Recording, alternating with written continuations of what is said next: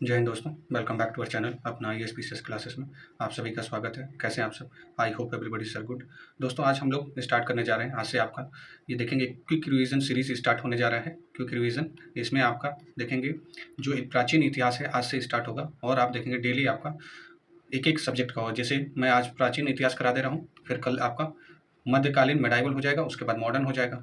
साथ में पैरेलली आपके जैसे बायोलॉजी हो गया और भूगोल, ये सारा मैं सब्जेक्ट कराने वाला हूँ। ठीक है, बिफोर योर एग्जामिनेशन 71 बीपीएससी के पहले एंड मैं कराने के लिए सोच रहा हूँ। एंड ये जो है आपका क्लास जो 12 अक्टूबर को यूपी पीसीएस का एग्जाम होने वाला है प्रीलिम्स का, उसके लिए भी बहुत ज़्यादा इंपॉर्टेंट है। ठीक है, ताकि आप कम समय में रैपिड रिवीजन कर सकें। And this lecture will be 1 hours में आप देखेंगे जो प्राचीन इतिहास के जो भी महत्वपूर्ण टॉपिक्स होते हैं, जिससे आप देखेंगे रिपीटेडली आयोग के द्वारा क्वेश्चंस पूछे जाते हैं, that topics are discussed here. Okay, तो चलिए स्टार्ट करते हैं this session. And friend, if you are new to this platform, please do subscribe to our channel, ताकि मैं जब भी वीडियो बनाऊँ इस सारे लेक्चर्स पे तो आपको नोटिफिकेशन मिलता रहे।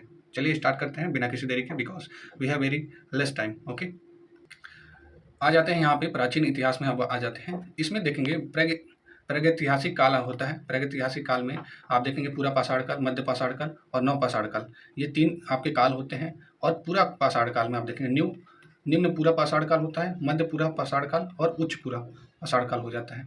आदि ऐतिहासिक काल आपका सिंधु घाटी की जो सभ्यता होती है 1700 से लेकर 2500, ठीक है, बीसी तक, और वो एक आपका वैदिक सभ्यता हो जाता है। ठीक है, ये आदि ऐतिहासिक काल हो जाते हैं। और जो वैदिक काल में देखेंगे, जो प्रारंभिक वैदिक काल था 1500 ईसा पूर्व से 1000 ईसा पूर्व था, और उत्तर वैदिक काल आपका 1000 ईसा पूर्व से 600 ईसा पूर्व था। वहीं ऐतिहासिक काल में देखेंगे तो आपका प्राचीन भारत का इतिहास आ जाता है, मध्यकालीन भारत का इतिहास आ जाता है और आधुनिक भारत का इतिहास आ जाता है। ठीक है, और इसमें आप देखेंगे जो आपके काल हैं उससे स्थल और उनसे क्या प्राप्तियां हुई वो देखेंगे। जैसे आपका पूरा पाषाण काल से देखेंगे भीमबेटका मिला है और इस यहाँ पे भीमबेटका गुफा का चित्र भी प्राप्त हुआ है। मध्य पाषाण काल में देखेंगे सराय नहर महादाह जो है, वहाँ से मानव की जो अस्थि पंजर की पहला अवशेष मिला है। चुपनी मांडू से देखेंगे वन्य धान का प्रमाण मिला है।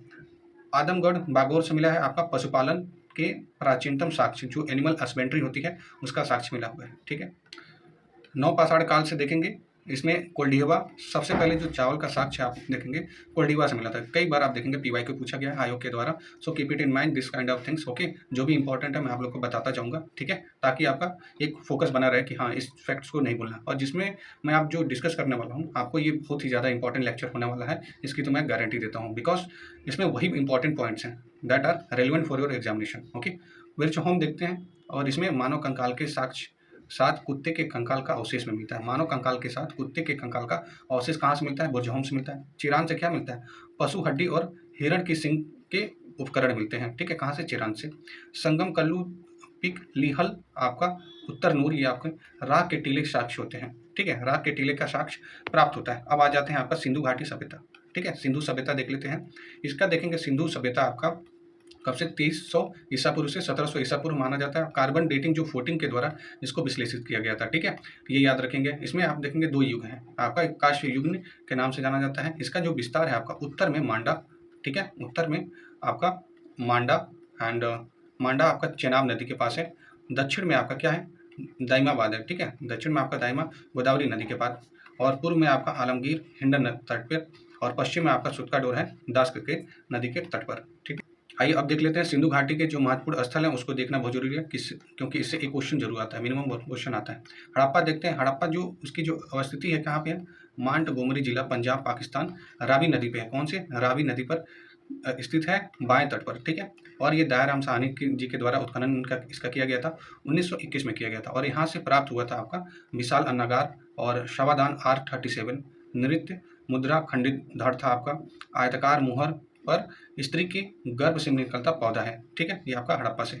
मोहनजोदाड़ो से देख लेते हैं। सिंधु नदी के दाएं तट पर लकराना जिला, पाकिस्तान में ये अवस्थित है, और रकलदास बनर्जी जी के द्वारा इसका उत्खनन किया गया था। कब? 1922 में। और बृहद अन्नागार, विशाल अन्नागार, नर्तकी की काष्ठ मूर्ति बहुत इंपॉर्टेंट है, और एक मुद्रा पर पद्मासन की मुद्रा में विराजमान एक योगी का चित्र ये दिया हुआ है। ठीक है, जिसके देखेंगे 3 मुख थे। ठीक है, लोथल आपका कौन सी नदी पे? भोगवा नदी पर, अहमदाबाद, गुजरात में। ठीक है, और SR राव जी के द्वारा इसका उत्खनन किया गया था। कब? 1955 में।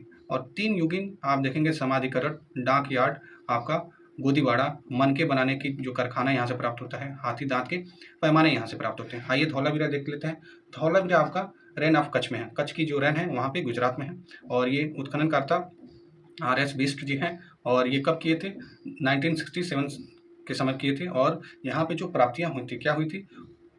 उन्नत जल प्रबंधन व्यवस्था था, वो जो वाटर मैनेजमेंट कहते हैं, और 10 चिन्हों वाला एक शिलालेख भी मिलता है आपका धौलावीरा से। आगे हम देखते हैं दोस्तों, आपका कालीबंगा, ये हनुमानगढ़ राजस्थान में है और बीबी लाल जी के द्वारा और BK थापड़ के द्वारा ये खोजा गया था कब? 1961 में। और यहाँ से जो प्राप्त हुआ था आपका कच्ची ईंटों के बने भवन और जूते हुए खेत के साक्ष्य मिले हैं, भूकंप आने के साक्ष्य मिले हैं। प्राय सभी घरों में यहाँ पे कुएं का प्राप्ति होती है। कौन से? कालीबंगा साइट पे। ठीक है, अब आते हैं आपका जो राखीगढ़ है। राखीगढ़ भारत का सबसे बड़ा संदेव स्थल है, इसको ध्यान में रखना, इंपॉर्टेंट आपका ये पॉइंट। घग्गर और सरस्वती नदी के किनारे, ये हरियाणा हिसार जगह पे ये प्रेजेंट है आपका। सूरज भान जी ने इसका जो उत्खनन करता थे और भारत का मैंने बताया सबसे बड़ा संदेव स्थल है। ठीक है, और बनावली देखेंगे, बनावली में ये आपका फतेहाबाद हरियाणा में आपका अवस्थित है। RS बिष्ट जी के द्वारा ये उत्खनन किया गया है 1973 में। पक्की मिट्टी की बनी हल यहाँ पे क्या है? प्रतिकृति है। ठीक है, रोपड़ देखेंगे आपका सतलज नदी के तट पर पंजाब में। ठीक है, और यज्ञदत्त शर्मा जी के द्वारा 1953 में किया गया था। मनुष्य के साथ पालतू कुत्ते दफनाए जाने का साक्ष्य बहुत इंपॉर्टेंट है आपके लिए, याद रखिएगा, this point is very important. Okay, तो याद रखिएगा, रोपड़ में सतलज और यज्ञदत्त शर्मा 1953। ठीक है, ये याद रखिएगा। और ये भारत का सबसे बड़ा संदेव स्थल है, भारत में स्थित, ये भी याद रखना है। आगे हम बढ़ते हैं। अब क्या देखेंगे दोस्तों? अब देखेंगे आपका वेद, जो 4 वेद है ना, चारों वेदों के बारे में जानेंगे। इसके जो संकलन करता है महर्षि कृष्ण जी हैं और वेद व्यास जी हैं। महर्षि कृष्ण दैवयान आपके वेद व्यास जी हैं। सबसे जो प्राचीन जो वेद है आपका ऋग्वेद है। ऋग्वेद में 10 मंडल है और ऋग्वेद की जो प्राचीनतम मंडल क्या है? 2 से 7 है। ठीक है, और यहाँ पे वेद में देखेंगे जो वेतरई हैं ऋग्वेद के, सामवेद के, यजुर्वेद के। ठीक है, और आप देखेंगे जो ऋग्वेदिक कालीन सबसे महत्वपूर्ण जो देवता थे, इंद्र थे और अग्नि। ठीक है, इंद्र के लिए 250 सूत्र और आपके अग्नि के लिए 200 सूक्त दिए हुए हैं। और यहाँ पे देखेंगे कि जो बोगज कोई अभिलेख में उल्लेखित जो आपके वैदिक देवता कौन कौन? इंद्र, वरुण, मित्र और नासक थे। ठीक है, वैदिक आर्यों की भाषा क्या थी? संस्कृत थी, ये याद रखना है। ऋग्वेद के आप देखेंगे दोस्तों 10 मंडल हैं। 10 मंडल को देख लेते हैं कौन कौन रचयिता हैं। प्रथम में देखेंगे मधुछंदा और मेधातिथि और गौतमा आदि, ये आपके रचयिता हो जाते हैं। द्वितीय में देखेंगे आपके गुत्स मद हैं। ठीक है, गुत्स मद हैं। और आप देखेंगे तृतीय मंडल में विश्वामित्र जी के द्वारा इनका रचना किया गया और इसी तृतीय मंडल में जो गायत्री मंत्र का वर्णन दिया गया है, ओम भूर्भुवः स्वः, इसका क्या दिया हुआ है? वर्णन दिया हुआ है गायत्री मंत्र का। किसने? तृतीय मंडल में, और इसके रचयिता विश्वामित्र जी हैं। चतुर्थ में देखेंगे वामदेव के द्वारा इसका रचयिता हैं ये, और कृषि से संबंधित मंत्र यहाँ पे दिए हुए। पंचम में देखेंगे अत्रि के द्वारा ये रचयिता किया गया है। और षष्टम में देखेंगे भारद्वाज जी के द्वारा लिखा गया है। षष्टम देखेंगे वशिष्ठ के द्वारा 10 राज युद्ध का वर्णन यहीं पे मिलता है, सप्तम में मिलता है। ठीक है, याद रखिएगा। अष्टम में देखते हैं कर्ण और अंगिरस का के द्वारा लिखा गया है। नवम में देखेंगे जो ऋषिगण हैं उनके द्वारा लिखा गया, उसे सोममंडल भी कहा जाता है। 10वें मंडल में क्या है? जो बिमदा, इंद्र, रचि और अन्य लोग के द्वारा ये लिखा गया है। पुरुष सूक्त जहाँ पे 4 वर्णों की बात की गई है 10वें में किया गया, ये बाद में ऐड हुआ था आपका। ठीक है, और ये 4 वर्ण कौन कौन है? ब्राह्मण है, क्षत्रिय, वैश्य, शूद्र का वर्णन 10वें मंडल में किया गया है। अब देख लेते हैं वैदिक साहित्य का जो विकास हुआ था उसको देख लेते हैं। इसमें संहिता है आपके 4 संहिता कौन कौन से? ऋग्वेद, यजुर्वेद, सामवेद, अथर्ववेद। ठीक है, और ब्राह्मण में देखेंगे, ब्राह्मण में आपका संहिता के भाष्य के रूप में लिखे गए ग्रंथ हैं। ठीक है, अरण्यक देखेंगे ब्राह्मण ग्रंथों के जो परिशिष्ट हैं। ठीक है, ब्राह्मण ग्रंथों के परिशिष्ट हैं और इनकी रचना देखेंगे वनों में हुई थी। क्या हुई थी? इनकी रचना वनों में हुई थी। अरण्य मतलब होता है वन ही होता है। ठीक है, याद रखिएगा। और उपनिषद ये आपका अरण्य का विशिष्ट भाग है और ये भारत दर्शन के स्रोत माने जाते हैं। Okay, this point is very important Upanishad का। ठीक है, यहाँ पे याद रखिएगा। और वेद और उपवेद देख लेते हैं जो कि बहुत इंपॉर्टेंट है आपके एग्जाम के लिए। तो यहाँ पे देख लेते हैं आपका ऋग वेद जो है उसका उपवेद आयुर्वेद हो जाता है और आपके जो ऋत्विक होते हैं इसमें होता हो जाते हैं और इसकी जो ऋचाओं का संकलन इसमें किया गया है। यजुर्वेद आपका धनुर्वेद हो जाते हैं उपवेद, और आपका ऋत्विक आर्यवायु हो जाते हैं और यज्ञ कर्म के संबंधित इसमें सूत्र दिए हुए हैं। सामवेद में गंधर्व वेद इसका उपवेद हो जाता है और उद्गाता इसके ऋत्विक हो जाते हैं और इसमें गीतों का संकलन किया गया है। अथर्ववेद में शिल्पवेद उपवेद होता है और ब्रह्म इसके ऋत्विक होते हैं। तंत्र मंत्र, रोग निवारण जो भी उपाय दिए हैं आपके अथर्ववेद में दिए गए हैं। अब देख लेते हैं दोस्तों, मूल वैदिक साहित्य को समझाने हेतु 6 वेदांग ग्रंथों की रचना की गई है, जिसमें आप देखेंगे सबसे पहले आपका शिक्षा, निरुक्त, कल्प, छंद, व्याकरण और ज्योतिष आ जाता है। आपके 6 ये आपके क्या है, वेदांग ग्रंथ है। आगे देख लेते हैं, जो वैदिक कालीन जो प्रमुख नदियां जिनका प्राचीनतम क्या नाम था, ये याद रखना है। It is important for your exam point of view. Jhelum को विदिशा बोला जाता था, चेनाब को अस्कनी, रावी को पुरुषनी, ब्यास को बिपाशा, सतलज को आपका सोतुद्री, गंडक को आपका सदानिग्रा, काबुल का कोबा, कुरम का कुरुबू और बोमल का आपका गोमती, घग्गर का आपका दृशदती और स्वात का आपका सुबास्तु। ठीक है, यहाँ पे मैं डिस्कस नहीं करूँगा दोस्तों क्या क्या जो भी मैंने ट्रिक के साथ मैंने पढ़ाया था आप लोगों को, वाईसीटी में पढ़ाया ना, वाईसीटी पब्लिकेशन का, यूथ पब्लिकेशन का प्राचीन इतिहास, उसमें मैंने अच्छे तरीके से ट्रिक के साथ डिस्कस किया है, तो आप जाके वहाँ से देख सकते हैं। But if you have very less time तो आप इतना ही बस कर लीजिए, ठीक है।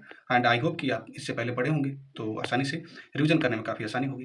एंड मूविंग टू दी, इसमें 12 रत्निक हैं, शतपथ ब्राह्मण में वर्णित हैं। कौन कौन है? ग्रामणी, युवराज, पटमहिषी, परुषी, पुरोहित आपके हैं, सेनानी, सूत, अक्षवाप, छता, भागदूत, संग्रहिता, पलागल और आपके गाविक कृति है। ठीक है, ये 12 रत्निक हैं, नाम याद रखिएगा।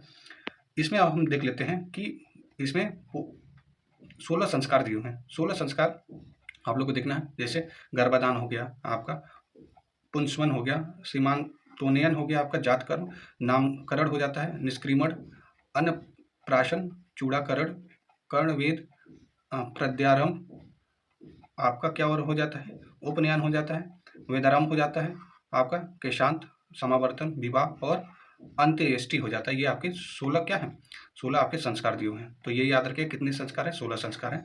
ये संस्कारों का नाम याद रखिएगा, ठीक है। चारों आश्रमों में उल्लेख कहाँ मिलता है? जबाल उपनिषद में मिलता है। चारों आश्रमों का उल्लेख जबाल उपनिषद में मिलता है। This point is very important, okay, keep it in mind. And 4 जो आश्रम है आपके, ब्रह्मचर्य, गृहस्थ, वानप्रस्थ और आपका संन्यास, ये 4 आपके क्या है, आश्रम है, ठीक है। और यहाँ पे दिया हुआ है आपके विवाह के प्रकार दिए हुए हैं, उसको देख लेते हैं। एक ब्रह्म विवाह होता है, देव, आर्ष, प्रजापत्य, आसुर, गंधर्व, राक्षस और पैचास। ये आपके 6 आपके देखेंगे कितने, 8 ये विवाह के प्रकार हैं, ओके, याद रखें। अब देखते हैं आपकी वेद हैं, उनकी शाखाएं क्या हैं और उसका पूरा विवरण देखा जाएगा, ठीक है। तो ऋग्वेद में जो ब्राह्मण है क्या है, ऐत्रेय और कौशिकी है। आरण्यक क्या है, ऐत्रेय और कौशिकी। और उपनिषद क्या है, ऐत्रेय ब्राह्मण और आपका कौशिकी ब्राह्मण है। इसकी विशेषता क्या है, ऐत्रेय ब्राह्मण में राजसूय याग एवं सतयुग, त्रेता, द्वापर, कलयुग का वर्णन किया गया है। किसमें? ऋग्वेद में ही, याद रखिएगा। एंड यजुर्वेद आप देखेंगे, कृष्ण यजुर्वेद होता है, काठक और आपका कपिस्थल, मैत्रेयणी और आपका तैत्रीय, ये आपके क्या हो जाते हैं, शाखा हो जाते हैं किसके, कृष्ण यजुर्वेद के। वहीं शुक्ल यजुर्वेद के क्या हो जाते हैं, कर्ण हो जाते हैं, वाजा, शनई संहिता और मध्यन हो जाते हैं, ठीक है। और इसमें देखेंगे कि जो आपका कृष्ण यजुर्वेद है, ये आपका ब्राह्मण कौन सा हो जाता है, तैत्रीय ब्राह्मण में, और आरण्यक आपके तैत्रीय और मैत्रायणी हो जाते हैं। उपनिषद देखेंगे तैत्रीय और मैत्रायणी, और श्वेताश्वर हो जाता है, कठोपनिषद हो जाता है। और इसी में जो कृष्ण यजुर्वेद में ही आप देखेंगे आपका तमसो माँ ज्योतिर्गमय कथन और बृहद्रढ़ उपनिषद में लिखा गया है, ठीक है, ये याद रखिएगा। और ये तमसो माँ ज्योतिर्गमय का वर्णन किया गया है। इसमें इसका मतलब है, हे माँ मुझे अंधकार से प्रकाश की ओर ले चलो। शतपथ ब्राह्मण में देखेंगे याज्ञवल्क्य आपका मैत्रेयी संवाद है, याज्ञवल्क्य और मैत्रेयी का संवाद दिया हुआ है। जल पावन की जो कथा है और विदेव मादक की जो कथा है, इसी में आपको देखने को मिलता है यजुर्वेद में, ठीक है।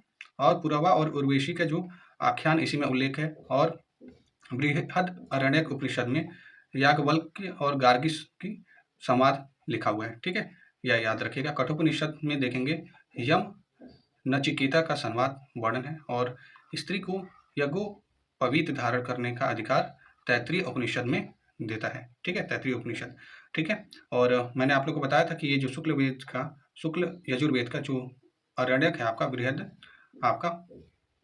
बृहद आरण्यक आपका है आपका, ठीक है।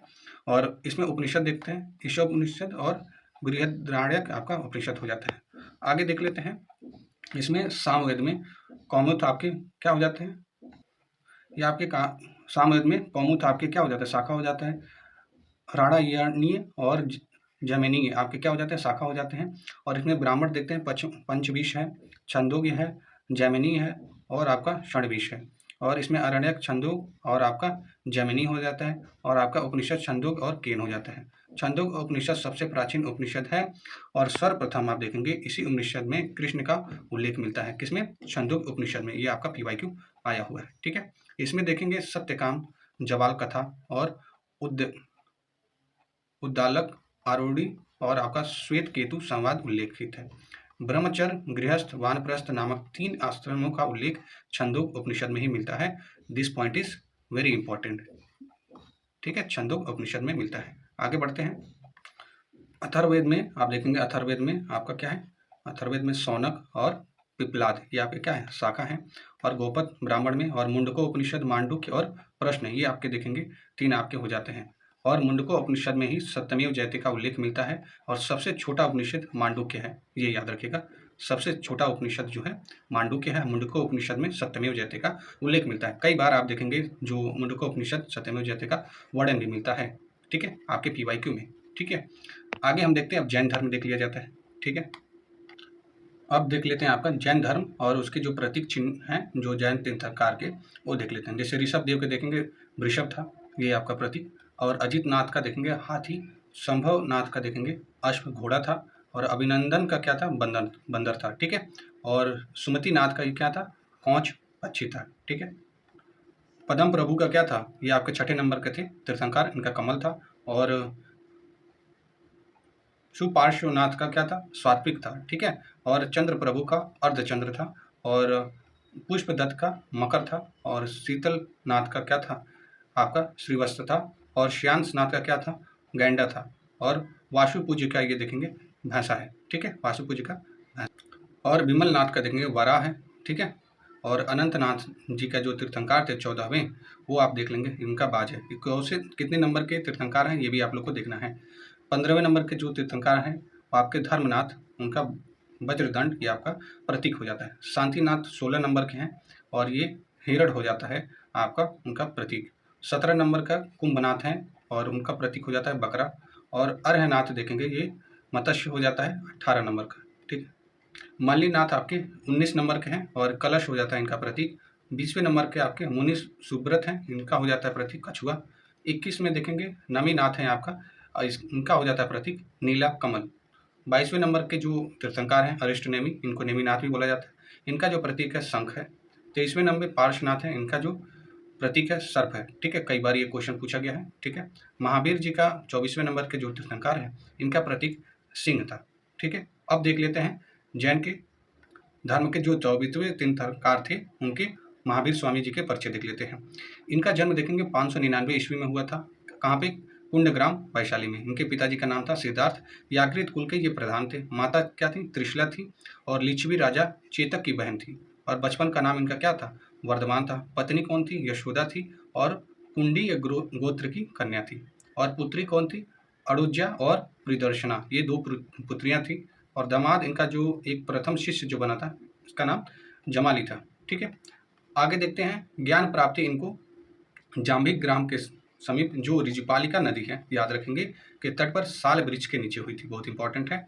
प्रथम उपदेश इन्होंने दिया था राजगीर में बराकर नदी तट पर, ठीक है। तो इन्होंने कहाँ पे प्रथम उपदेश कहाँ पे दिया था? राजगिरी में बराकर नदी तट पर दिया था। और उपदेश दिया इन्होंने प्राकृतिक अर्ध जो मगधी भाषा में। इनकी मृत्यु 527 ईसा पूर्व में हुई थी पावा के मल गढ़राज के सट्टीपाल के राजप्रसाद में, ठीक है। तो ये महावीर स्वामी जी का परिचय हम लोगों ने देख लिया। अब इसमें देख लेते हैं जो इनके त्रिरत्न हैं, तीनों रत्न कौन कौन से हैं? सम्यक दर्शन, सम्यक आचरण और सम्यक ज्ञान। और जैन धर्म के जो 5 महाव्रत हैं, सत्य, अहिंसा, असत्य, अपरगृह और आपका ब्रह्मचर्य। ब्रह्मचर्य आपका लास्ट में ऐड किया गया है, ठीक है। अब देख लेते हैं जैन धर्म के जो संप्रदाय है उसमें 2 भागों में बढ़ गया था, ठीक है। एक हो गया था आपका श्वेतांबर, दूसरा हो गया था दिगंबर। श्वेतांबर देखेंगे ये स्थूल भद्र के शिष्य थे और दिगंबर आपके भद्रभव के शिष्य थे, ठीक है। और इसमें देखेंगे जो स्थूल भद्र के जो शिष्य थे इसमें भी आपका एक पुजेरा थे और एक आपका कौन थे? डुडिया थे, ठीक है। जो डेरावासी थे पुजेरा और स्थानक वासी थे आपके डुडिया थे, ठीक है। और भद्रभव के जो शिष्य थे इसमें देखेंगे जो इन लोग की कई पंथों में ये लोग भी आगे चल के दिगंबर भी आपके बट गए थे, जिसमें विष पंथ हैं, तेरापंथी और तारणपंथी, गुयानपंथी और तोतापंथी, ये 5 पंथ हैं, याद रखिएगा। अब देख लेते हैं जो जैन धर्म का जो विश्वास थे वो क्या क्या थे, बहुत इंपॉर्टेंट हो जाता है आपके लिए। तो जैन धर्म का विश्वास, ईश्वर की मान्यता नहीं थी, ईश्वर में विश्वास नहीं करते थे।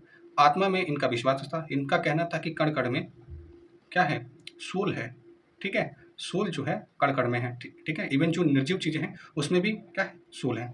पुनर्जन्म और कर्म में विश्वास रखते थे, रीबर्थ, ठीक है, और कर्मा पे ज़्यादा ध्यान रखते थे, ठीक है, इन पे विश्वास करते थे। वेदों की अपौरुषेयता को स्वीकार नहीं, यानी वेद को ये लोग नहीं मानते थे, ठीक है। तो किसको किसको नहीं मानते थे, गॉड को, और आप देखेंगे सोल को, और आपका वेद को, ठीक है। GSB करके आप याद रखिएगा कि नहीं मानते थे इस। अब देख लेते हैं जैन की जो संगतियाँ हुई थी, दो संगतियाँ हुई थी दोस्तों। एक प्रथम जो हुआ था 300 काल में हुआ था, 300 ईसा पूर्व में हुआ था। ये कहाँ पे, पाटलिपुत्र में हुआ था, और यहाँ पे जो अध्यक्ष थे आपके स्थूलभद्र जी थे। और द्वितीय जो संगति हुई थी 512 ईस्वी में हुई थी, और बल्लभी स्थल पे हुआ था। और यहाँ पे जो अध्यक्ष क्या नाम था उनका, देवर्षि गढ़ था, ठीक है। और इसको याद रखने के लिए जो स्थल है, इसको याद रखने के लिए PV से याद कर लीजिएगा, और अध्यक्ष के लिए आपका SD, ठीक है, ये याद रखिएगा, PV SD याद रख लीजिएगा। जैन संगतियाँ जो दो ही थी, और एक 300 ईसा पूर्व, एक 512 ईसा पूर्व, ठीक है। अब देख लेते हैं बौद्ध धर्म, बहुत इंपॉर्टेंट है। जैन और बौद्ध धर्म से एक एक क्वेश्चन तो जरूर आता है, ठीक है, तो इसको ध्यान से देखना है। इसके जो प्रवर्तक थे गौतम बुद्ध जी थे, और इनका जन्म हुआ था 563 ईस्वी में, और इनका जो जन्म स्थल कहाँ पे, लुम्बिनी में है। इनके पिताजी का नाम था सुधोधन, ये कपिल वस्तु के शाक्य गढ़ के प्रधान थे। माता का नाम क्या था, माया देवी था, और इनका नाम महामाया भी कहा जाता है, कौकीय वंश की थी ये। बचपन का नाम इनका सिद्धार्थ था। इनका पालन पोषण जो इनकी मौसी थी प्रजापति गौतमी जी के द्वारा किया गया था। इनकी पत्नी कौन थी, यशोधरा थी, शाक्य कुल की थी। और इनका जो एक पुत्र था इनसे उत्पन्न हुआ था, राहुल नाम था, ठीक है। और ज्ञान की प्राप्ति इनको इरुवेला बोध गया में जो निरंजना, जो फाल्गु नदी के तट पर पीपल ब्रिज के नीचे हुआ था, ठीक है। This point is very important, ठीक है, पीपल ब्रिज के पास हुआ था। और प्रथम उपदेश उन्होंने सारनाथ की मृगदाव में दिया था। बौद्ध संघ की जो प्रथम महिला कौन थी, प्रजापति गौतमी ही थी, और उनकी मृत्यु 483 ईस्वी में हो गया था। मृत्यु स्थल देख लेते हैं, मल्लों की जो राजधानी कुशीनगर उत्तर प्रदेश में हुई थी, और इनका जो उपदेश था पाली भाषा में था, ठीक है। उस समय जो आम बोलचाल की भाषा थी पाली था, बाद में देखेंगे ये आपका संस्कृत में हो गया था। इसी वजह से जो लोगों का उपदेश देना था ना, वो धीरे धीरे लोगों को समझ में कम आने लगा। एक वन ऑफ द रीज़न रहा है कि जो बुद्धिज़्म है आपका इंडिया में इसकी उत्पत्ति हुई है, लेकिन यही सारे कारण, कई सारे कारण थे, तो उसकी वजह से आप देखेंगे ये धीरे धीरे कमी आने लगा। खैर आगे देखते हैं। अब देख लेते हैं दोस्तों बुद्ध के जीवन से संबंधित क्या क्या प्रतीक थे, जैसे आपका उनकी घटना और प्रतीक देख लेते हैं। गर्भ हाथी का प्रतीक, जन्म कमल बैल, और महाभनिष कर्मण जो गृह ताज है आपका अश्व घोड़ा हो जाता है। निर्माण आपका ज्ञान पीपल वृक्ष, और धर्म चक्र जो प्रवर्तक होता है, जो प्रथम उपदेश चक्र इसका प्रतीक है। महापरिनिर्माण का ये मृत्यु किसका, स्तूप का है, ठीक है, ये याद रखिएगा। और यहाँ पे आप देखेंगे 3 पिटक होते हैं। एक आपका सूत पिटक किसके द्वारा, आनंद के द्वारा लिखा गया है। बिना पिटक पाली के द्वारा लिखा गया है। अभिधम पिटक ये आप देखेंगे मोगालीपुत्र तिश के द्वारा लिखा गया, बहुत इंपॉर्टेंट है, याद रखिएगा। बौद्ध धर्म के 3 रत्न थे, ठीक है। अब 3 रत्न थे, त्रिपिटक मैंने बता दिया, 3 रत्न देख लेते हैं, बुद्ध धम्म संघ, ठीक है। 4 आर्य सत्य थे आपके, एक आपका दुख था, दुख समुदाय, दुख निरोध, और दुख निरोध गामिनी प्रतिपदा था। ये 4 आर्य क्या थे, सत्य थे। और दुखों से मुक्ति का उपाय अष्टांगिक मार्ग, जो 8 फोल्ड पाथ है ना, 8 फोल्ड पाथ जो दिया गया है, इसको याद करने के लिए एविल स्कीम याद कर लीजिएगा, ठीक है, इंग्लिश में। तो ये जो थे आपके 8 फोल्ड पाथ, इसी 8 फोल्ड पाथ से आप देखेंगे दुखों से मुक्ति पा सकते हैं, ठीक है। इसमें आप देखेंगे क्या है, एक सम्यक दृष्टि है, सम्यक संकल्प है, सम्यक वाक, सम्यक कर्मांत है, सम्यक आजीव है, सम्यक व्यायाम है, और सम्यक स्मृति है, सम्यक समाधि है। ये आपका अष्टांगिक मार्ग हो जाते हैं 8 फोल्ड पाथ। आइए अब देख लेते हैं बौद्ध की जो संगतियाँ हुई थी, 4 संगतियाँ हुई थी, ठीक है, 4 सभाएं हुई थी, जिसमें प्रथम सभा देखेंगे 483 ईस्वी में हुआ था। कहाँ पर, राजगृह में। इसके अध्यक्ष कौन थे, पूर्ण महाकश्यप थे, और किसके शासक काल में, अजातशत्रु के शासन काल में। द्वितीय जो आपका जो संगति हुई थी 383, एक 483 100 वर्ष बाद हुआ था 383 ईस्वी में ईसा पूर्व में, और जो स्थान था आपका वैशाली था। और कौन अध्यक्ष थे, सर्वकामी जी थे, और जो शासक कौन था, ये काल अशोक जी थे। और तृतीय जो संगति हुई थी 247 ईसा पूर्व में हुई थी, और यहाँ पे बौद्ध संगति कौन था, आपका पाटलिपुत्र, बौद्ध संगति का जो स्थान था पाटलिपुत्र। और मोगालीपुत्र तिश ये आपके अध्यक्ष थे तीसरे संगति का, और अशोक के शासन में हुआ था। चतुर्थ जो चौथा देख लेते हैं बौद्ध संगति आपकी 1 ईसा एक ईसा की प्रथम शताब्दी, एक ईसा में हुई थी। और आप देखेंगे कहाँ पे, कश्मीर में हो गया था, कुंडल वन में, ठीक है। और वसुमित्र क्या थे, अध्यक्ष थे, और अश्वघोष क्या थे, उपाध्यक्ष। तो याद रखेंगे अश्वघोष क्या थे, उपाध्यक्ष थे, और कनिष्क के शासन में हुआ था। दोस्तों इसको याद रखने के लिए याद रखिएगा रा वा पा का, ठीक है, रावा पा का। आर्य से राजगीर, वैशाली, पाटलिपुत्र और आपका कश्मीर हो जाता है। आगे हम देख लेते हैं बौद्ध धर्म की जो मान्यताएं हैं दोस्तों, उसको देख लेते हैं। तो बौद्ध धर्म की क्या क्या मान्यताएं हैं। आत्मा के अस्तित्व में विश्वास नहीं है, आत्मा के अस्तित्व में विश्वास नहीं है। वही जैन में देखे थे कि जो सोल है उसमें वो विश्वास करते थे आत्मा में, ठीक है। तो ये डिफ्रेंसिएशन आपको पता होना चाहिए। वैदिक कर्मकांड का विरोध करते थे, वेदों की अपौरुषेयता को विरोध करते थे, वैद की जो मान्यता थी उसको विरोध करते थे। कर्म, पुनर्जन्म तथा मोक्ष में विश्वास रखते थे। ये याद रखना है आपको, ठीक ठीक है। अब देख लेते हैं दोस्तों, बौद्ध धर्म का विभाजन हो गया था। जो द्वितीय संगति में आप देखेंगे बौद्ध धर्म का विभाजन हो गया, वहाँ पे आपका क्या होगा कि अस्थावीर और थेरावादी में ये विभाजन हो गया। एक महासंगिका और सर्व आस्तिवादी में आपका देखेंगे विभाजन हो गया। चतुर्थ संगति में क्या हुआ, हीनयान एक महायान में विभाजन हो गया, ठीक है। ये ध्यान में रखिएगा। और महाजनपद अब देख लेते हैं आपका महाजनपद, जो कि आपके लिए बहुत इंपॉर्टेंट टॉपिक हो जाता है। इससे आप देखेंगे एक क्वेश्चन आपका बनता है। सारे टॉपिक इसमें इतने इंपॉर्टेंट है ना, आपके 1 से 2 क्वेश्चन बनते ही बनते हैं, जो भी आपका आता है आयोग के द्वारा क्वेश्चन, ठीक है। तो जनपद देखेंगे ये 6th सेंचुरी में, ठीक है, 6ठी शताब्दी में ईसा पूर्व में आते आते छोटे छोटे जनपद महाजनपदों में क्या हो गए, तब्दील हो गए, बदल गए। और 16 जो महाजनपद का उल्लेख बौद्ध ग्रंथ अंगुत्तर निकाय में मिलता है और जैन ग्रंथ भगवती सूत्र में। तो जैन धर्म का क्या है, भगवती सूत्र है, बौद्ध धर्म का अंगुत्तर निकाय है। 16 महाजनपद आपके 6ठी शताब्दी में, ठीक है। और 16 महाजनपद की राजधानी देख लेते हैं। और महाजनपद की, ठीक है, अंग का चंपा हो जाता है, अस्मक का आपका पैठन या पाटन हो जाता है, अवंती का उत्तरी अवंती का उज्जैनी हो जाता है, दक्षिणी अवंती का माहिष्मती हो जाता है, गंधार का आपका देखेंगे तक्षशिला और पुकलावती हो जाता है आपका राजधानी, कंबोज का हाटक और राजपुर हो जाता है दोस्तों। और आप देखेंगे महाजनपद से पूछेगा तो इसी से पूछेगा, बाकी कोई अदर चीज़ नहीं मिल पाएगी पूछने के लिए, और रिपीटेडली पूछा ही रहा है आयोग के द्वारा। मगध आप देखेंगे राजगिरी, मत्स्य आपका विराटनगर, वज्जी वैशाली, चेदी आपका शुक्तिमती और सोतीवती है, काशी आपका वाराणसी, कौशल आपका श्रावस्ती, पुरु का इंद्रप्रस्थ हो जाता है राजधानी, मल्ल का कुशनारा वो पावा हो जाता है, पंचाल का आपका अहिछत्र उत्तरी पंचाल हो जाता है, काम्पिल क्या हो जाता है दक्षिणी पंचाल हो जाता है, सूरसेन आप देखेंगे मथुरा और वत्स आपका देखेंगे कौशाम्बी हो जाता है राजधानी। आइए अब देख लेते हैं जो बुद्धकालीन भारत के 10 महत्वपूर्ण गणराज्य कौन कौन थे, ये याद रखना है। जैसे आप देखेंगे वैशाली के लिच्छवी और मिथिला के विदेह, कुशिनारा के मल्ल, पावा की मल्ल, रामग्राम की कोलिये थी, और कपिल वस्तु की शाक्य थे, और पिपलीवन की कौन थे, मौर्य थी, और आपकी अलकप की कौन थी, बुली थी, ठीक है। और केशपुत्र के कौन थे, कलाम थे, और आपका सुमसुमारगिरी का भग, ठीक है। तो ये आप देखेंगे कि बौद्ध धर्म के बुद्धकालीन भारत के 10 महत्वपूर्ण गणराज्य देख लिए, ठीक है। अब यहाँ पे आता है आपका देखेंगे मगध और वैशाली, ठीक है। मगध का क्या है, वंशावली देख लेते हैं, ठीक है। यहाँ पे बहुत इंपॉर्टेंट होने वाला है। सबसे पहले आपका हर्यंक वंश आया था, ठीक है। उसके बाद शिशुनाग, नंद, मौर्य, शुंग और उसके बाद कर्ण। तो ये याद रखें HSNMS की, ठीक है, ऐसे करके ये याद रख लीजिए, ठीक है, क्योंकि ये क्रोनोलॉजी से क्वेश्चन आता है तो याद रखिएगा, this chronology should be memorise, okay. तो चलिए स्टार्ट करते हैं। सबसे पहले आप देखेंगे मौर्य और मौर्य उत्तर काल देख लेते हैं, ठीक है।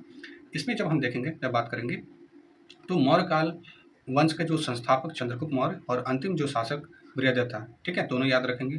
मौर्य शासन में देखेंगे चंद्रगुप्त मौर्य बिंबिसार थे, और अशोक, दशरथ, संप्रति और शालीसुत और देववर्मन और शतधन्वन थे, और बृहदत्त। क्वेश्चन आ जाएगा कि मौर्य वंश के शासक कौन नहीं थे, तो ये याद रखना है और आपका क्रोनोलॉजी याद रखिएगा, ठीक है। अब देख लेते हैं चंद्रगुप्त मौर्य के बारे में, ठीक है, जिन्होंने मौर्य वंश की स्थापना किया था, और अंतिम दिनों में आप देखेंगे जैन भिक्षु भद्रबहु के क्या थे, शिष्य बने थे, और उन्होंने ग्रहण कर लिया था, ठीक है। और यहाँ पे आप देखेंगे भद्रबहु के साथ श्रवण बेलगोला वो चले गए, और श्रवण बेलगोला में 298 ईसा पूर्व में इनका क्या हुआ, संलेखना पद्धति जो थी उससे आपका ये शरीर त्याग कर दिए थे। संलेखना पद्धति क्या होती है ना, इसमें बिना खाए पिए रहा जाता है, और एक समय के बाद आप कुछ नहीं खाएंगे तो आपका जो प्राण है निकल जाता है, इसको बोलते हैं संलेखना पद्धति। अब इसमें आते हैं सिकंदर के गण साम्राज्य के पूर्वी भाग के शासक सेल्यूकस और चंद्रगुप्त सेना के बीच में 305 ईस्वी में युद्ध हुआ था। ठीक है, सिकंदर के साम्राज्य में। ठीक है, सेल्यूकस और चंद्रगुप्त मौर्य की सेना के बीच में। सेल्यूकस ने मैगस्थीन को चंद्रगुप्त मौर्य के दरबार में भेजा और मैगस्थीन ने इंडिका नामक ग्रंथ लिखा, जो मूल रूप में क्या है, उपलब्ध नहीं है। मैगस्थीन ने इंडिका लिखा था। ठीक है, और मैगस्थीन के अनुसार देखेंगे मौर्य सम्राट का जो नाम था आप देखेंगे सेंड्रोकोट्स था, और मौर्य साम्राज्य की जो राजधानी थी आप देखेंगे पोलीब्रोथा थी, और सोना निकलने वाली चींटियों का जिक्र था। दास प्रथा नहीं थी, जो आप देखेंगे स्लेवरी वो नहीं था, याद रखिएगा। और जो लेखन कला का जो अभाव था, लेखन कला का अभाव था, और भारत में अकाल नहीं पड़ता था। ठीक है, ये मैगजीन के अनुसार ये बुक में ये सारा चीज़ लिखा हुआ है। ठीक है, आगे हम देखते हैं तो आपका मैगजीन के अनुसार भारत में 7 प्रकार की जातियाँ थी, जिसमें दार्शनिक, कृषक, पशुपालक, कारीगर, योद्धा, निरीक्षक और सभासद थे। और चंद्रगुप्त मौर्य का जो प्रधानमंत्री और प्रधान पुरोहित कौटिल्य, विष्णुगुप्त, चाणक्य थे, और चाणक्य ने राज शासन के ऊपर प्रसिद्ध ग्रंथ अर्थशास्त्र की रचना की। ठीक है, राज्य शासन के ऊपर। ठीक है, और अर्थशास्त्र में ही राज्य के शासन हेतु सप्तांग थ्योरी जो थी, ठीक है, सप्तांग सिद्धांत का जिक्र किया गया था अर्थशास्त्र में। अब सप्तांग थ्योरी में इससे क्वेश्चन आता है, most important, this theory is very very important. Okay, सप्तांग थ्योरी जिसे बोलते हैं। तो सप्तांग थ्योरी में सबसे ऊपर आप देखेंगे राजा, राजा क्या है, शीश के समान है। अमर्त्य क्या है, राजा की आंखें। यहाँ पे एक मनुष्य के बारे में बताया गया है कि क्या क्या चीज़ें इंपॉर्टेंट हो जाती हैं। जनपद, राज्य की जंघाएं होती थी। दुर्ग क्या होता था, राज्य की भुजाएं होती थी। कोश क्या होता था, राज्य का मुख होता था। दंड क्या होता था, राज्य का मस्तिष्क होता था। और मित्र क्या होता था, राज्य का कान होता था। अब इसमें देखते हैं बिंदुसार ने सीरिया के शासक एंटियोकस से 3 वस्तुओं की मांग की थी, जिसमें आपका देखें मीठी मदिरा और सूखी अंजीर और एक दार्शनिक की मांग किए थे, जिसमें आप देखेंगे एक दार्शनिक वहाँ पर नहीं भेजा गया था, बाकी मीठी मदिरा और सूखी अंजीर भेजा गया था। अब देख लेते हैं अशोक के बारे में। अशोक आप देखें 273 से 232 ईसा पूर्व तक ये शासन किया इन्होंने। इनकी माता का क्या नाम था, सुभद्रांगी था, और इनके पिताजी का नाम था बिंदुसार। इनका जो प्रचलित नाम था क्या था, देवना प्रियदर्शी था। और राज्याभिषेक देखेंगे 269 ईस्वी में हुआ था, और ये इनके देखेंगे राज्यारोहण के 4 साल बाद। ठीक है, और इनका जो अभिलेख है उसकी भाषा क्या है, प्राकृति है। और अभिलेख की जो लिपि है ब्रह्मी, खरोष्टी, अरमाइक और यूनानी है। ठीक है, अशोक का नाम का उल्लेख किसमें किसमें मिलता है, बहुत इंपॉर्टेंट दिस फैक्ट। ठीक है, कई बार ये क्वेश्चन आ चुका है। अशोक के नाम का उल्लेख मस्करी, गुर्जरा, नेतूर और उदय गोलम में अभिलेख में आपका मिलता है। ठीक है, उल्लेख है। और अब देखेंगे अशोक के अभिलेखों का जो विभाजन हुआ था उसमें देख लेते हैं। आपका शिलालेख है, दीर्घ शिलालेख है, एक आपका लघु शिलालेख है। जो कुल शिलालेख है 14 है, जिसमें 10 स्थानों से प्राप्त हुआ है। स्तंभ लेख क्या है, 7 है। एक देख लीजिए आपका लौरिया अरराज है, लौरिया, नंदनगढ़, रामपुरवा, दिल्ली टोपरा और दिल्ली मेरठ, प्रयाग और सांकिसा है। और एक आपका क्या है, गुहा लेखा है। ठीक है, जो विभाजन में आता है। ठीक, अब आ जाता है आपका बहुत इंपॉर्टेंट टॉपिक है ये आपके जो 14 दीर्घ शिलालेख हैं उसके लिए बहुत इंपॉर्टेंट है। इसमें आ जाता है कि क्वेश्चन कि जो शिलालेख हैं उस जो प्रथम द्वितीय जो है शिलालेख उसमें क्या उल्लेख है। तो प्रथम में देखेंगे जीव हत्या का निषेध किया गया है। दूसरे शिलालेख में देखेंगे क्या है, चोल पांड्य, सतीपुत और केरलपुत, ताम्रपाणी, यमन राजा और एंटियो और उसके पड़ोसियों के राज्यों से भी मनुष्य और पशुओं की जो चिकित्सा है उसका उल्लेख मिलता है। ठीक है, जो तीसरा जो शिलालेख था दीर्घ शिलालेख, युक्त, रजुक, प्रादेशिक नामक 3 नए अधिकारियों की नियुक्ति हुई थी तीसरे शिलालेख से। चौथे शिलालेख में क्या था, भेरी घोष धम्म घोष में बदल गया। ठीक है, भेरी घोष धम्म घोष में बदल गया। और आप देखेंगे 5वें शिलालेख में राज्याभिषेक के 13वें वर्ष धम्म महामात्रों की क्या हुई, नियुक्ति हुई। छठे शिलालेख में क्या देखते हैं, प्रतिवेदकों को राजा का हाल बताने का आदेश। 7वें शिलालेख में सभी संप्रदाय के लोग को सब जगह निवास करें। ठीक है, ये 7वें में बहुत इंपॉर्टेंट है। और 8वां देखते हैं, अशोक द्वारा धम्म यात्राओं का प्रारंभ हुआ था। 9वें शिलालेख में धम्म मंगल सर्वश्रेष्ठ आपकी घोषित हुए थे। और आप देखें 10वें शिलालेख में धम्म नीति की जो श्रेष्ठता पर बल दिया गया था। 11वें शिलालेख में धम्म दान की का उल्लेख हुआ था। ठीक है, 12वें शिलालेख में धार्मिक सहिष्णुता पर बल दिया गया था। 13वें आप देखेंगे कलिंग विजय 261 ईसा पूर्व का ये वर्णन किया गया था। ठीक है, अब इसमें देख लेते हैं जो वर्णन किया गया था 13वें शिलालेख में, इसमें बहुत इंपॉर्टेंट है। इसमें कलिंग विजय आपका हुआ था। उसी के बाद देखेंगे जो अशोक था, अशोक का जो हृदय था अशोक का हृदय परिवर्तन हो गया, ठीक है, बहुत ही खून बहा, तो उससे वो प्रभावित होकर ये आप संन्यास की जीवन अपना लिया था, ठीक है।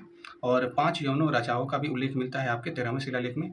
चोल, पांड्य, सतीपुत्र और केरलपुत्र और ताम्रपाणी का भी उल्लेख मिलता है 13वें अभिलेख में, तो इसलिए बहुत इंपॉर्टेंट हो जाता है। 14वें मिलता है सभी लेखों हेतु उपसंहार स्वरूप है, ठीक है। नेक्स्ट है आपका 14 जो दीर्घ शिलालेख थे, जहाँ पे प्राप्ति स्थल और कहाँ पर इस समय है वो ये देखेंगे, ठीक है। 14 आपके दीर्घ शिलालेख की प्राप्ति स्थल और कहाँ पर ये अवस्थित है, ठीक है। इससे आप देखेंगे यूपीएससी में भी क्वेश्चन आया हुआ है, जिसे याद रखिएगा, ठीक है। और क्योंकि ये धौली पूछा था लास्ट ईयर, ठीक है, तो धौली पूछा था लास्ट ईयर आई थिंक 2023 में पूछा था, ठीक है, यूपीएससी के द्वारा, तो बहुत इंपॉर्टेंट है, तो याद रखिएगा इसको। गिरनार आप देखेंगे, let me erase this, yes, Girnar आपका कहाँ पे, जूनागढ़ गुजरात में अवस्थित है। शहबाजगढ़ी आपका पेशावर पाकिस्तान में है। धौली देखेंगे पूरी उड़ीसा में है। जौगढ़ आप देखेंगे गंजाम आपका उड़ीसा में। कालसी आप देखेंगे देहरादून उत्तराखंड में। सोपरा ये आपके थाने महाराष्ट्र में हो जाता है। मानसेहरा ये आप देखते हैं, ये हाजरा आपका पाकिस्तान में हो जाता है। अरेगुड़ी आपका देखेंगे कारनूल आपका आंध्र प्रदेश में दोस्तों। कंधार जो है आपका अवस्थित है आपका अफगानिस्तान। केवल मैं फैक्ट बता रहा हूँ, फैक्टों का ये भरमार है और इसी से आते हैं आपके क्वेश्चंस। सन्नति देखेंगे आपके गुलबर्गा कर्नाटका में है। तो आप देखेंगे धौली और जौगढ़ दोनों याद रखिएगा उड़ीसा में है, ठीक है, ताकि आपको एलिमिनेट करने में आसानी रहेगी, ठीक है। 13 जो शिलालेख हैं उसमें वर्णित 5 यवन राजाओं का है, वो देख लेते हैं, जिसमें आप देखेंगे कौन सा देश दिया हुआ है और यवन राजाओं का वर्णन है, ठीक है। मिस्र में देखेंगे टॉलमी कैटफेल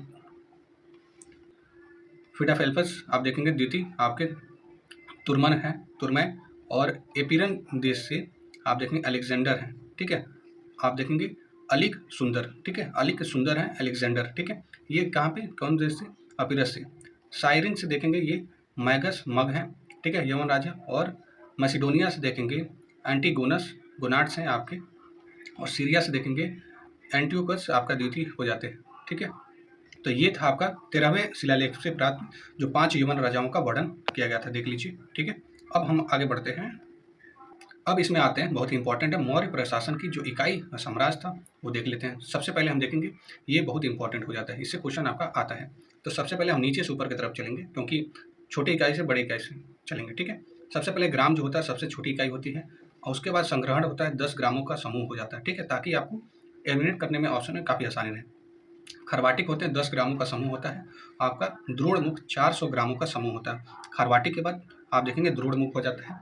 उसके बाद स्थानीय हो जाता है, तो जाहिर सी बात है स्थानीय क्या होंगे, ज़्यादा होंगे, तो 400 के दोगुना हो जाते हैं, आपका 800 स्थानीय हो जाते हैं। आहार विषय विषयपति के द्वारा होता है, ठीक है, स्थानीय के जस्ट बाद आते हैं। उसके बाद आता है आपका मंडल, जिसको बोलते हैं प्रदेष्टा द्वारा। प्रांत देखेंगे आपके उपराजा द्वारा नियंत्रित होता है प्रांत। उसके बाद सबसे ऊपर आता है साम्राज्य हो जाता है, ठीक है। तो ये क्रोनोलॉजी आप याद रखिएगा नीचे से ऊपर की तरफ, ठीक है। ये लास्ट ईयर आप देखेंगे यूपी पीएससी प्रीलिम्स में आया हुआ था, ठीक है, याद रखिएगा। अब देखते हैं जो महत्वपूर्ण पदाधिकारी थे उनके बारे में देख लेते हैं। जैसे आपका कृषिया पक्ष, ये वन विभाग का अध्यक्ष था, बहुत इंपॉर्टेंट है आपका कृषिया अध्यक्ष, ठीक है, वन विभाग का अध्यक्ष। सीताध्यक्ष याद देखेंगे कृषि विभाग का अध्यक्ष। जैसे इसको याद करने के लिए क्या, सीता जी किससे आई थी, कहाँ से निकली थी, ये भूमि से निकली थी, तो भूमि कृषि ऐसे करके याद कर लीजिएगा, सीताध्यक्ष कृषि विभाग का अध्यक्ष। और आप देखेंगे विविता अध्यक्ष कौन होता है, ये चारागाहों और पशु का सुरक्षा अध्यक्ष होता है। सुनाध्यक्ष ये क्या है, बूचड़ खाने का अध्यक्ष हुआ करता था। पर्ण्याध्यक्ष देखते हैं ये आपके वाणिज्य विभाग का अध्यक्ष होता था। और पौतपाध्यक्ष ये क्या है, माप तौल और विभाग का अध्यक्ष होता था। लक्षणाध्यक्ष ये क्या है, टकसाल का अध्यक्ष होता था। आकाराध्यक्ष आप देखेंगे खान विभाग का अध्यक्ष होता था, ठीक है। ये याद रखिएगा महत्वपूर्ण पदाधिकारी जो थे। और अब देख लेते हैं केंद्रीय प्रशासन के प्रत्येक विभाग का प्रमुख तीर्थ के नाम से जाने जाते थे, उनकी संख्या कितनी थी, 18 थी। तो देख लेते हैं, सबसे पहले आप देखेंगे प्रधानमंत्री पुरोहित के नाम से। युवराज राजा के उत्तरदायी होता था। समाहर्ता ये राजस्व मंत्री। सन्निधाता ये आपके कोषाध्यक्ष होते थे, ठीक है। सेनापति आपके सैन्य मंत्री। प्रदेष्टा ये बहुत इंपॉर्टेंट है, फौजदारी न्यायालयों का न्यायाधीश होता था, कौन, प्रदेष्टा फौजदारी, ठीक है। व्यवहारिक देखेंगे ये दीवानी न्यायालयों का न्यायाधीश होता था। दोनों देखेंगे प्रदेष्टा और आपका व्यवहारिक, ठीक है। तो ये आप देख लेते हैं आपके दीवानी न्यायालयों का न्यायाधीश होता था। दोनों में डिफ्रेंशिएशन करना बहुत जरूरी है, ठीक है। दंडपाल आपका सैन्य संसाधन एकत्र करने वाला होता था। अंतपाल क्या है, सीमांत प्रदेश के दुर्गों की देखभाल करने वाला प्रमुख होता था। ये आप देखें कर्मातिक कौन है, उद्योग मंत्री होता था। दुर्गपाल देखते हैं देश के भीतर दुर्गों का देखभाल करने वाला प्रमुख होता था। और देखेंगे नागरिक देखेंगे नगरों का जो व्यवस्था का प्रमुख होता था। प्रशस्ता ये कौन है, राजकीय दस्तावेजों को सुरक्षित रखने वाला ये प्रमुख होता था, उसको बोलते थे प्रशस्ता। ठीक है। आप देखेंगे व्यवहारिक ये क्या है, राज्य प्रसादों का अधिकारी होता था। और आप देखेंगे अंत वार्षिक ये क्या है, राजाओं की नीति का जो अंगरक्षक सेना का प्रमुख होता था, अंतर्वार्षिक। ठीक है। आठवीं क्या होता था, वन विभाग का प्रमुख होता था आठवीं। मंत्री परिषद अध्यक्ष जो होता था वो मंत्री परिषद का प्रमुख होता था। नायक कौन था, सेना को जो संचालन करता था उसको नायक बोला जाता है। ठीक है। ये 18 आपके कंप्लीट हो गए। आगे अब हम बढ़ते हैं। अब हम देख लेते हैं दोस्तों जो प्रमुख कर थे वो क्या क्या थे। पिंड कर, अब देखेंगे 1 आवर्स में आपका मैक्सिमम कंप्लीट हो जाना चाहिए। आई थिंक 1 आवर्स में कंप्लीट हो जाना चाहिए, जिससे आप देखेंगे फुल रिवीजन कर सकते हैं। ठीक है। तो बहुत ही अच्छा ये था, तो मैं सोचा क्यों ना करा दूँ आप लोग के लिए, क्योंकि एग्जाम आप लोग के लिए काफ़ी पास में है। पिंड कर ये गाँव पर कर था, और भाग क्या था, भूमि पर लगता था। बलि क्या है, धार्मिक उपकर पे। प्रणव क्या है, आपातकालीन कर था। और हिरण्य क्या था, नगद कर था। विष्टि क्या थी, बेगार का कर लगता था ना। और उदयक भाग ये देखेंगे सिंचाई कर लगता था। और गुलमदेह ये जो कर है सैनिकों का, ये शुल्क लगता था। ठीक है। अब ये प्रमुख कर के बाद अब हम देखते हैं कि गुजरात के गिरनार में स्थित सुदर्शन झील का निर्माण व मरम्मत संबंधित जो प्रांतपति व शासक, ठीक है, उसमें देख लेते हैं। जो पुष्यगुप्त आपका चंद्रगुप्त मौर्य का था। तुषापी अशोक, ठीक है, तुषापी वंश का अशोक। और आप देखेंगे सुबी शाक ये आपका रुद्रदामन। और आपका चक्रपालित ये क्या, स्कंदगुप्त का, जिसने गुजरात में स्थित जो सुदर्शन झील का निर्माण और मरम्मत कराए थे। ठीक है। अब हम देखते हैं आपका संगम युग आपका स्टार्ट हो जाता है। संगम युग देखेंगे। संगम युग के जो तीन, संगम युग में तमिल क्षेत्र के 3 राज्य जैसे चोल हो गए, चेर, पांड्य का शासन था। किसमें, तमिल क्षेत्र में। और पांड्य राजाओं को इस संरक्षण में 3 संगम का आयोजन किया गया था, जिसमें 3 संगम में देख लेते हैं। जो प्रथम संगम था ये आपका मदुरै, और इनका जो अध्यक्ष था अगस्त्य ऋषि। और जो सर्कलकर्ता थे कौन थे, वर्तमान में एक भी ग्रंथ यहाँ पे उपलब्ध नहीं है। ठीक है। तो पहला संगम का मदुरै स्थान पर, और कौन ये अध्यक्ष थे, अगस्त्य ऋषि थे। ठीक है। द्वितीय संगम में देखेंगे कपाटपुरम, अगस्त्य ऋषि और तोल्कापिरे थे। ठीक है, याद रखिएगा। और एकमात्र ग्रंथ तोल्कापिरे उपलब्ध है। तृतीय संगम में देखेंगे मदुरै, आपके नक्कीरर अध्यक्ष थे, और कोई भी ग्रंथ अभी उपलब्ध नहीं है। ठीक है। ये तीनों ग्रंथ आप देख लीजिए। ठीक है, सॉरी, तीनों संगम। अब देखते हैं जो प्रशासनिक विभाजन था संगम में, वो देख लेते हैं। सबसे ऊपर आप देखेंगे मंडलम आता था। ठीक है। तो मंडलम प्रांत होता था। कोट्टम अथवा आपका वन नाडु, ये क्या होता था, कमिश्नरी होती थी। कोट्टम यानी मंडल के बाद आपका कोट्टम हो जाता था। ठीक है। उसके बाद नादु, नादु क्या होता है, जिला हो जाता है। ठीक है। कोट्टम, उसके बाद नादु, उसके बाद कुर्रम, कुर्रम क्या होता है, ग्राम का संघ हो जाता है। ग्राम सभा सबसे छोटी इकाई है। तो अगर छोटे से जाए तो ग्राम सभा, कुर्रम, नाडु, कोट्टम, मंडलम। ठीक है, ये याद रखिएगा। महत्वपूर्ण ग्रंथ देख लेते हैं जो, और लेखक देख लेते हैं। ठीक है। जैसे आप देखेंगे शिलापादी करम देखेंगे, ये आपका किसके द्वारा लिखा गया, इलांगो आदिगल के द्वारा लिखा गया। इलांगो आदिगल के द्वारा लिखा गया है। अब देखेंगे मणि मेखले जो लिखा गया है, ये सितारे सतनार। ठीक है। जीवक चिंतामणि देखेंगे आप तिरुक्कदेवर से लिखा गया है। टोल्कापियर देखेंगे, टोल्कापियर से लिखा गया है। टोल्का जो पीएम था, टोल्कापियर के द्वारा लिखा गया। पूरल जो था ना, ये आपके तिरुवल्लुर के द्वारा लिखा गया था। ठीक है।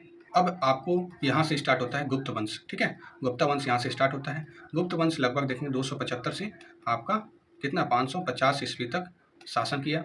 और गुप्त वंश के जो शासक हैं वो देख लेते हैं। जैसे आपके श्रीगुप्त ये संस्थापक थे। क्वेश्चन आएगा कौन संस्थापक थे, श्रीगुप्त। उसके बाद आपके घाटोत्कच थे, और उसके बाद चंद्रगुप्त प्रथम, उनकी पत्नी क्या नाम था, कुमार देवी। समुद्रगुप्त, उनकी पत्नी दत्ता देवी थी। कांच और रामगुप्त थे 5वें नंबर के। 6ठे नंबर के चंद्रगुप्त द्वितीय थी ध्रुवा वेदी और कुबेर नागा, उनकी पत्नियां थी। कुमार गुप्त ये प्रथम, अनंत देवी इनकी पत्नी थी। ठीक है। 8वें नंबर पे थे ये आपके स्कंदगुप्त, उसके आप देखेंगे 9वें नंबर पे पुरुगुप्त, और कुमार गुप्त आपके 10वें नंबर पे। और आप देखेंगे बुद्धगुप्त ये कौन थे, 11वें नंबर के। और विष्णुगुप्त आप देखेंगे 12वें नंबर के। ठीक है। तो अब हम देख लेते हैं आपका चंद्रगुप्त प्रथम। चंद्रगुप्त प्रथम के बारे में देख लेते हैं, बहुत इंपॉर्टेंट है। तो सोने का सिक्का जारी करने वाला जो प्रथम गुप्त शासक था ये चंद्रगुप्त मौर्य था। ठीक है, ये याद रखिएगा। सबसे ज़्यादा सोने के सिक्के डालने वाले आपके कनिष्क थे। ठीक है। तो यहाँ पे देखेंगे गुप्त वंश के 319 ईस्वी में प्रारंभ किया। ठीक है, गुप्त संवत। ठीक है, चंद्रगुप्त मौर्य ने ही स्टार्ट किया था गुप्त संवत। और सोने का सिक्का जारी करने वाला सब प्रथम जो गुप्त शासक यही था, चंद्रगुप्त प्रथम। अब देख लेते हैं समुद्रगुप्त के बारे में। समुद्रगुप्त के बारे में देखेंगे 335 से 375 ईस्वी तक था और इसने अश्वमेध यज्ञ किया था और हरिश्चंद्र की जो प्रयाग प्रशस्ति में समुद्रगुप्त की विजय का उल्लेख मिलता है। किसमें? प्रयाग प्रशस्ति में समुद्रगुप्त के विजय का उल्लेख मिलता है हरिश्चंद्र के द्वारा प्रयाग प्रशस्ति में। अश्वमेध प्रकार के सोने के सिक्के जारी किए इसने समुद्रगुप्त ने और इसने उपाधि ली भारत का नेपोलियन के द्वारा। इसके किससे लिया था इसने? विंसेंट स्मिथ के द्वारा लिया गया था। ठीक है, जो विंसेंट स्मिथ थे, इन्होंने इसको क्या बोला था?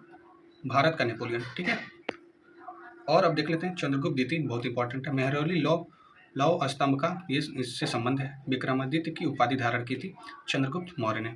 समकालीन कौन सा चीनी यात्री था? फायान था। इसी बार आप देखेंगे ये क्वेश्चन यूपीएससी में आया था। ठीक है, यूपीएससी में आया हुआ था 2025 वाले में, जो मई में आपका कंडक्ट हुआ था। रजत सिक्का जारी करने वाला प्रथम गुप्त शासक कौन था? चंद्रगुप्त द्वितीय ही था। ठीक है, रजत। अब चंद्रगुप्त द्वितीय के दरबार में जो 9 रत्न थे, 9 रत्न, उसको देख लेते हैं, बहुत इंपॉर्टेंट हो जाता है।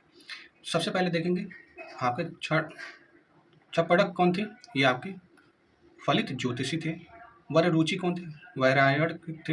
वैयाकरण थे और आपके कालिदास कवि और लेखक थे।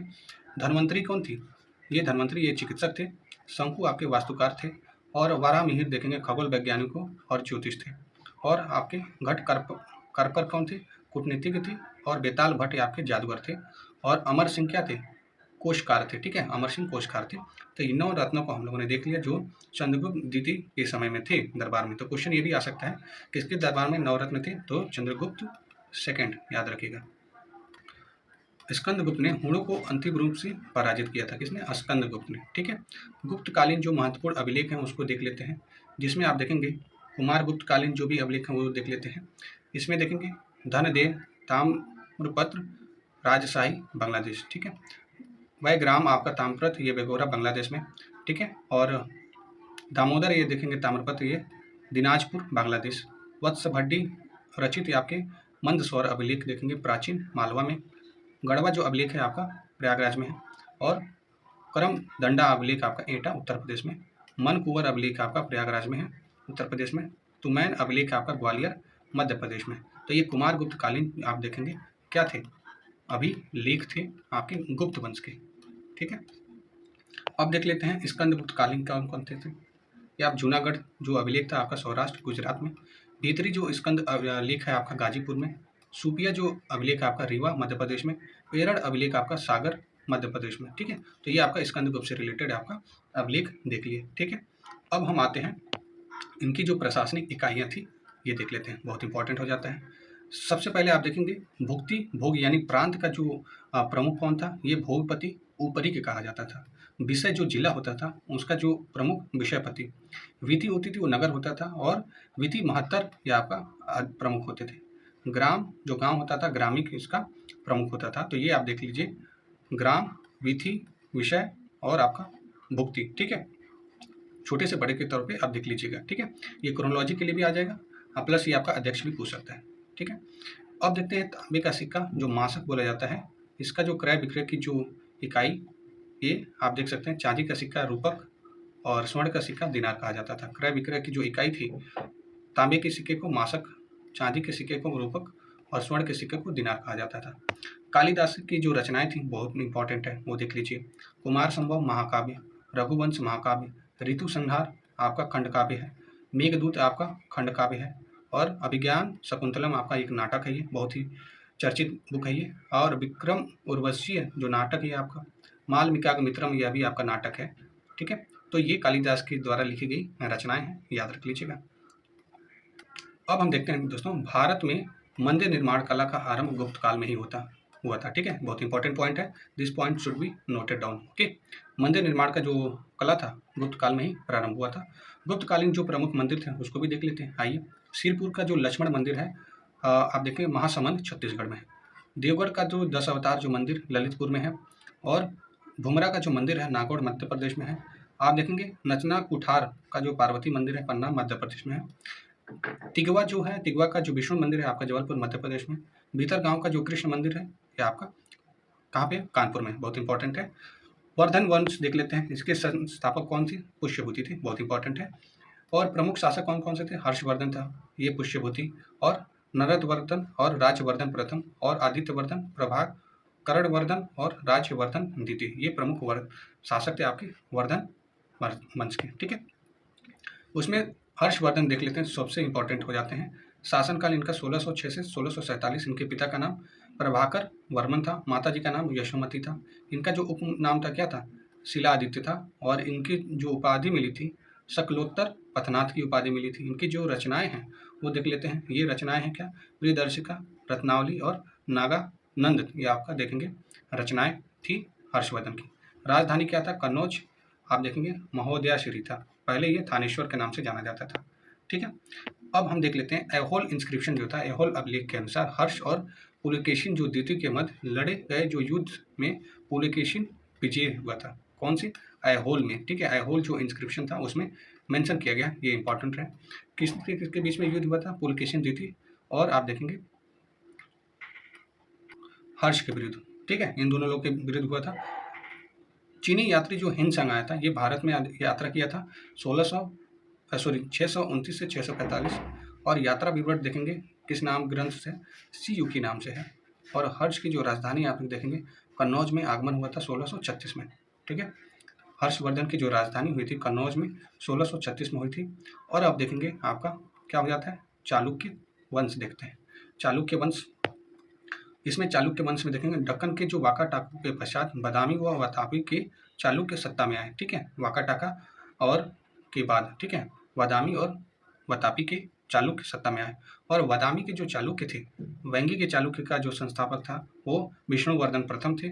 और कल्याणी के जो चालुक्य के संस्थापक तैल द्वितीय थे। और जो बादामी चालुक्य के जो संस्थापक कौन थे? जय सिंह थे। और वास्तविक संस्थापक पुलकेशिन प्रथम थे दोस्तों। ठीक है, ये पॉइंट बहुत इंपॉर्टेंट है, याद रखिएगा। ओके, अब आपका 10 मिनट का और लेक्चर बचा हुआ है, हार्डली 10 मिनट का। ठीक है, 5 to 10 मिनट का। पल्लव वंश के संस्थापक देख लेते हैं। संस्थापक आपके सिंह वर्मन थे। कुछ इतिहासकार आप देखें बप्पदेव को भी मानते हैं, बट क्वेश्चन आएगा तो आप सिंह वर्मन रखेंगे। ठीक है, और इनकी जो राजधानी थी कांची थी। और अंतिम शासक कौन था? ये अपराजित वर्मन। ठीक है, अपराजित वर्मन, ये पल्लव वंश का अंतिम शासक। ठीक है, प्रमुख पल्लव वंश के बारे में देख लेते हैं। पल्लव वंश के जो शासक थे सिंह विष्णु किराता अर्जुनियम के लेखक भारवी के दरबार में थे। तो क्वेश्चन ये भी आता है आपका, किराता अर्जुनियम के लेखक कौन है? भारवी। ठीक है, और सिंह विष्णु के दरबार में ही थे। महेंद्र वर्मन जो प्रथम थे, एकाश में मंदिर निर्माण की शुरुआत इन्होंने की थी। संस्कृत नाटक जो मत विलास प्रहसन की रचना इन्होंने किया था। ठीक है, नरसिंह वर्मन प्रथम 642 ईस्वी में चालुक्य की जो राजधानी बादामी पर अधिकार कर लिया था इन्होंने, नरसिंह वर्मन प्रथम ने।